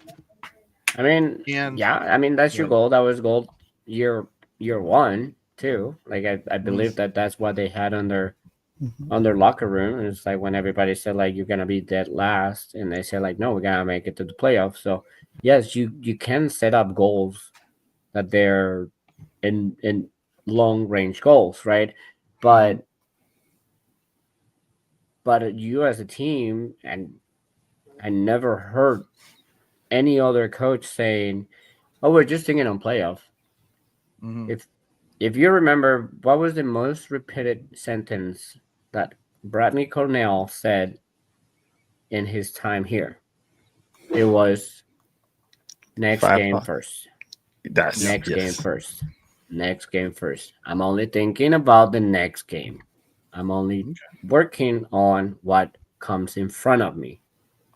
Yep. Not October. It's always the next and the next, and then you move to the next. And it was always the same thing with, what happened with injuries? Next man up. Yep. Same mentality. Same thing. Same concept for your team. Yes, the pressure of making the playoff. Yes, it is the pressure of making the playoff because we had a disaster of year last year. But it doesn't mean anything. You as a team, you have to build yourself in a way that you're gonna go and develop through the year to make sure you accomplish your long-term goal. Yep. But you don't accomplish your long-term goals by doing nothing during the year, and then in July or August or September decide, hey, we're behind our progress, so now let's make sure like we make it to playoff. No, like you have to work towards that goal. Yes, I think it's dumb. Yeah, so pretty much for me, the way I see it is that you have the owners, you have your sporting general manager, your sporting director. All of these people should always think playoffs, because that's how it's their breadwinner. That's how you know you will be able to get the money and all that for the season after. But then that's when you have your coach and you have the players. Their only job, the only thing they should be worrying about is preparing for the team that plays next.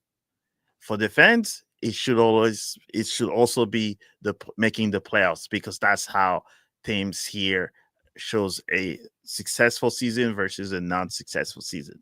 So I think for me, it just depends on whoever you talk to, that their goal should be different. We want to make to the playoff, and then we want to win a series of the playoffs, because we did not do that the first year. Players, they should only worry about the next game, because they cannot overlook that game, or else they will mess it up for the one before. And if they think, oh, we have to make up to go to the playoffs, that means they will try probably too hard, and then they will make mistakes, and before you know it, the entire season is out the window. So I just see it based on who you ask. So Playoff wise, at this point, Yeah. I don't know if we're going to make it, but it's still the MLS. Kansas City has showed us that you can be dead in the water. You're not 6 feet under, you're just 5 feet under, and you can still come back up and win a series. and So I think with the team It's we just have and the way that we're performing, we will not make it. So Daniel, you went right at where I was going, just to wrap this out. So mathematically, to look at where, for the last 5 full MLS seasons, to make the playoffs, the cutoff line is around 45 points. We have to get like 33, 34 points to do it. That's 55% of the points left this year, just to try to get around that ballpark number. That's a huge ask right now for this team. I'm not optimistic that it gets done. Mo, it doesn't sound like you or Oscar are either. With the things that we're performing, we would not even get 25% of the points. Yeah. Nope. If we So were playing better but still losing, maybe we would have had a different discussion. But I think LA Galaxy has more chances to get more points. Damn, Watching the game that they play something against LAFC, they have more chances to get those points than us at this moment. But and that brings me to something that I obviously didn't mention, but I mean it was part of my hot take. It was, why are we waiting? Are we waiting just because it's Open Cup? Because I mean the guy should be done. Oh, to sack He's him? not gonna. Yeah. Why are we waiting? You're gonna give him one more game and see if magically things start turning around, because I don't think there's a possibility. And then, I mean, I would say we need a coach that knows MLS, and then we need a sporting director that knows MLS. That will be my next two moves. And there was someone saying that is the coach Sabarete, that coach I think Portland, and then I would say the one from Philly, Jim Corton, and then if not, there's 2 Latin coaches that would be very happy to have them if they come. And one would be Matias Almeida, that coached San Jose once. He also coached in Mexico. And then Martin de Michelis, that has coached River Plate, and so and so. So, just there's coaches available. So, sack him, find someone. One other thing that I would say is that I know a lot of people is like, hey, do we bring Hack back? I would say no, don't bring him, because if you bring him, you have to bring him to keep him, and I don't think he's the solution for the long term of this team. He had the guys playing better, but because he was just a temporary thing.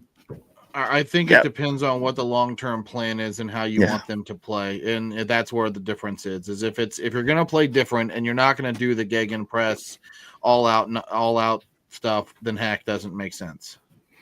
Kelly, I don't mind this whole rotating coaches. I'm a Chelsea fan.